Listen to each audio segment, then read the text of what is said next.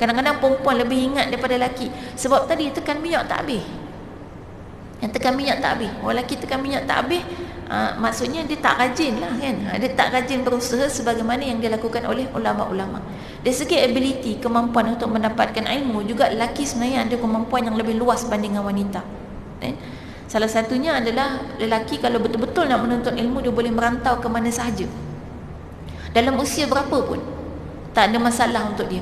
Tapi kalau wanita nak merantau sampai ke jauh-jauh tu kan, nak tiba-tiba nak pergi belajar kat Mekah sampai 3 bulan, pergi seorang-seorang boleh kan, bahaya kan, nak kena ada mahram, nak kena ada banyaklah kita punya had-had dia. Jadi dari segi kemampuan untuk mendapatkan ilmu, itu lelaki lebih.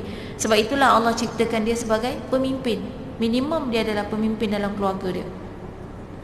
Jadi maknanya itu pada kejadian asal. Ini makluman daripada pencipta kita. Jadi sebab itulah kalau kita akhirnya, katalah ada anak lelaki, ada anak perempuan, tapi akhirnya kita tengok anak perempuan tu lebih pandai daripada lelaki, maknanya kita takut sebenarnya kita belum push habis yang anak lelaki tu, belum guna lagi maksimum dia punya kemampuan. Jadi di situ disebut tentang kekurangan akal yang pada ingatan, tetapi dia tidak bermakna melemahkan kita sebagai wanita. Kita ambil tu sebagai satu sifat, okey. Dan dengan sifat itu maka kita pergi kepada tindakan. Sama macam tadi, sambal tu pedas, kita bukan kata sambal tu lemah lah sebab dia pedas. Kita tak kata itu kelemahan, tapi kita kata itu membawa kepada tindakan. Bila pedas sangat, maka kita cedok sikit, itu tindakan. Jadi kalau dikata akal wanita dengan lelaki, lelaki lebih kuat ingatan Allah bagi, maka kaedahnya untuk bagi wanita masih boleh kuat ingatan, tapi kita kena usaha, kena usaha lebih. Lelaki pula bila dia tahu dia itu lebih kuat ingatan pada wanita, maka malulah kalau dia tiba-tiba selevel dengan wanita. Sebab secara penciptaan enjin dia enjin Porsche, kenapa dia jalan sama laju dengan Myvi? Jadi dia sebenarnya motivasi. Kalau kita ambil dia sebagai satu poin pengetahuan, kita kan tak kenal diri kita kalau tak diberitahu oleh pencipta kita. Kalau pencipta kita tak bagi tahu tentang kejadian kita, kita pun tak tahu kita jadi macam mana. Kan tahu-tahu dah sebiji seketui lah kan. Dia ada kepala, ada tangan, ada kaki, dah gitu dah tahu. Tiba-tiba macam tu, kita tak tahu dulu tu macam mana kita terjadi kalau pencipta kita tak bagi tahu. Sama juga kita tak tahu ni jantung kita duduk kat mana, besar mana, kemudian macam mana darah kita mengalir, macam mana cara otak kita berfikir, semua tu kita tak tahu kalau pencipta kita tak bagi tahu. Maka sebenarnya makluman daripada pencipta kita adalah satu yang sangat penting untuk kita ambil sebagai poin, bahawa di situlah membawa ataupun menjadi satu asas ataupun makluman kepada kita untuk kita menyusun strategi dalam kita bertindak. Bukan dengan kaedah kita menafikan, kita lawan, kita protes, kita tak setuju. Kena ada beza antara kata-kata daripada manusia dengan kata-kata daripada pencipta kita. Kan? Bila pencipta kita yang bagi tahu, itu info, maklumat. Tapi kalau orang lain yang bagi tahu benda tu, itu pandangan yang boleh kita bahaskan. Tapi kalau pencipta kita bagi tahu, bagi orang yang beriman, dia terus percaya dan yakin, dan kemudian kita terus pergi kepada tindakan. Itu yang menguntungkan. Baik, jadi maknanya sekarang ni dalam bab hutang tadi dikatakan kalau tak ada tak ada dua lelaki, maka satu lelaki dan dua wanita, sebab ingatannya itu adalah dua wanita bersamaan dengan satu lelaki. Baik, ini sekali lagi kita sebutkan, kita tekankan, ini adalah kaedah umum dan itu adalah asal penciptaan. Kemudian hasil pendidikan itu berbeza. Kita kalau nak tengok kan, lelaki dengan wanita yang asli, asal penciptaan ni, yang tengok yang budak-budak, yang kanak-kanak. Antara anak perempuan dengan anak-anak lelaki yang umur sekitar 7 tahun ke bawah lah, 3-5 tahun gitu. Antara anak perempuan dengan anak lelaki, yang mana lagi banyak suka bertanya? Soalan dia tengok, Pak, kenapa tiang tu tinggi sangat? Pak, kenapa awan tu tergantung-gantung? Kenapa awan sana hitam, sana putih? Kenapa angin ni bertiup tapi tak nampak pun? Yang suka tanya gitu-gitu tu banyak lelaki ke perempuan? Perempuan. Tu anak perempuan ni lah. Yang suka berfikir.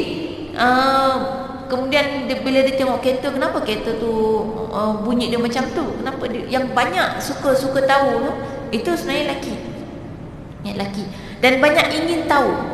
Kalau bertanya tu mungkin perempuan sebab dia banyak bercakap. Kalau lelaki kadang-kadang dia ingin tahu, dia tak pakai tanya, dia pakai buat. Yang suka buat eksperimen tu. Nanti dia test cushion kat rumah ni, kalau koyak dalam dia ada apa, dia pun gunting. Dia ingin tahu.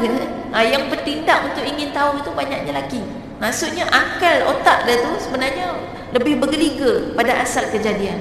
Kemudian proses pendidikan, sampailah besar akhirnya awak jadi sama. Itu pasal mak bapak dia didik cara sama. Kadang-kadang bila anak tu nak tahu apa-apa, tanya dekat mak. Mak pula jenis tak pandai nak jawab, dia marah oleh anak tu. Ada seorang orang dah dewasa lah. Dia ni bila dah dewasa, diam, tak banyak cakap ni. Akhirnya bila kita sembang-sembang, dia kata sebenarnya masa dia kecil-kecil, mak dia cerita, dia selalu tanya soalan, sampai selalu kena marah. Standard orang Melayu kita, kalau tanya soalan kena marah. Itu masalah dia kan? Sepatutnya soalan tu kita layan. Untuk budak-budak kita kena layan, dan kita bagi logik-logik kepada dia. Tapi kebanyakan orang marah bila budak-budak tanya soalan. Bila kena marah, akhirnya membesar dalam keadaan takut untuk bertanya. Sampailah dewasa, akhirnya diam dan otaknya tak berapa nak fikir. Inilah yang kita kata, kalau boleh kita cuba ubahlah dalam masyarakat kita. Saya selalu jumpa, tengok, kalau saya suka sembang dengan budak-budak, kanak-kanak, sebab dia banyak soalan dan soalannya selalu jujur. Orang dewasa kalau sembang, tak tentulah jujur tak jujur bercampur. Baik, kalau kanak-kanak ni dia jujur, dan kalau dia nak tanya tu, dia tanya betul-betul. Dan maknanya kita heran kenapa kanak-kanak Melayu bukannya lekeh sampai kita tengok orang Melayu ni tak berapa banyak apa orang kata protes kan, tak berapa banyak, nampak macam follow je.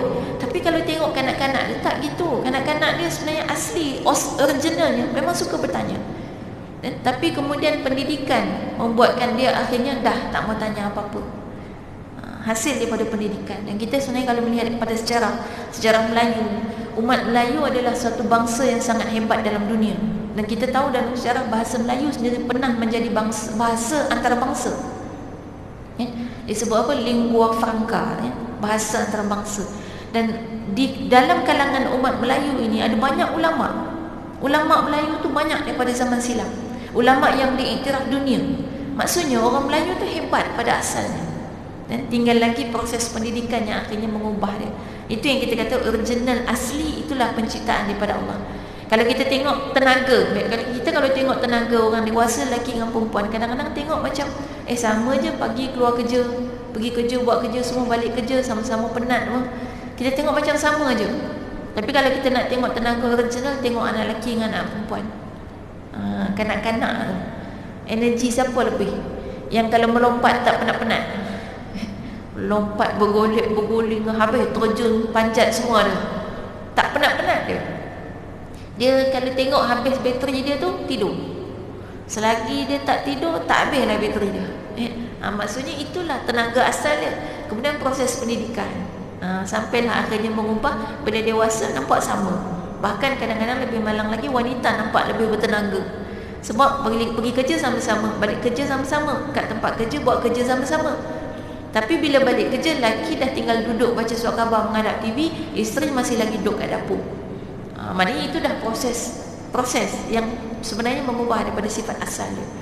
Pada asalnya kejadian Allah bagi lelaki dengan tenaga yang jauh lebih kuat daripada wanita, dari segi tenaga untuk bekerja. Sebab itu Allah bagi tanggungjawab mencari nafkah atas lelaki. Itu maknanya dalam urusan perbezaan kita, dan itu maklumat daripada pencipta. Jadi sekarang pergi kepada tindakan lah. Tindakan kita maknanya kalau dikata akal kita tidak kuat, tidak sekuat ingatan lelaki satu sudut, maka tanggungjawab wanita itu tidak seberat lelaki dalam bab penggunaan akal. Sebab itu kepimpinan diserahkan pada lelaki. Allah bagi lelaki sebagai pemimpin, Allah cipta lelaki sebagai pemimpin.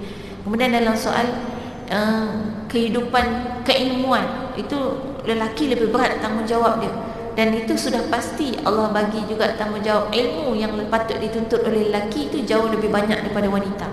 Sebab Allah dah bagi kekuatan ingatan dia lebih. Ini patutnya bila kita sedar benda ni, maka prosesnya kena ada tindakan. Kalau tiba-tiba lelaki belajar sama dengan perempuan, sama banyak silibus sama, yang akan ada masalah ialah lelaki. Sebab dia dah dibagi akal yang lebih oleh Allah. Jadi dia sesuai tanggungjawab dan juga ciptaan.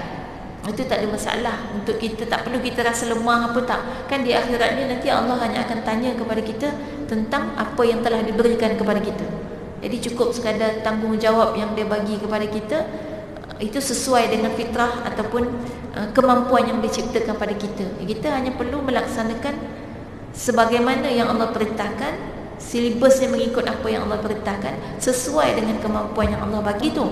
Yang perempuan stay macam ni. Kalau dah hebat, dah rajin semua tu stay, ataupun lebih rajinkan lagi. Yang laki tu dia kena lebih pada perempuan, gitu.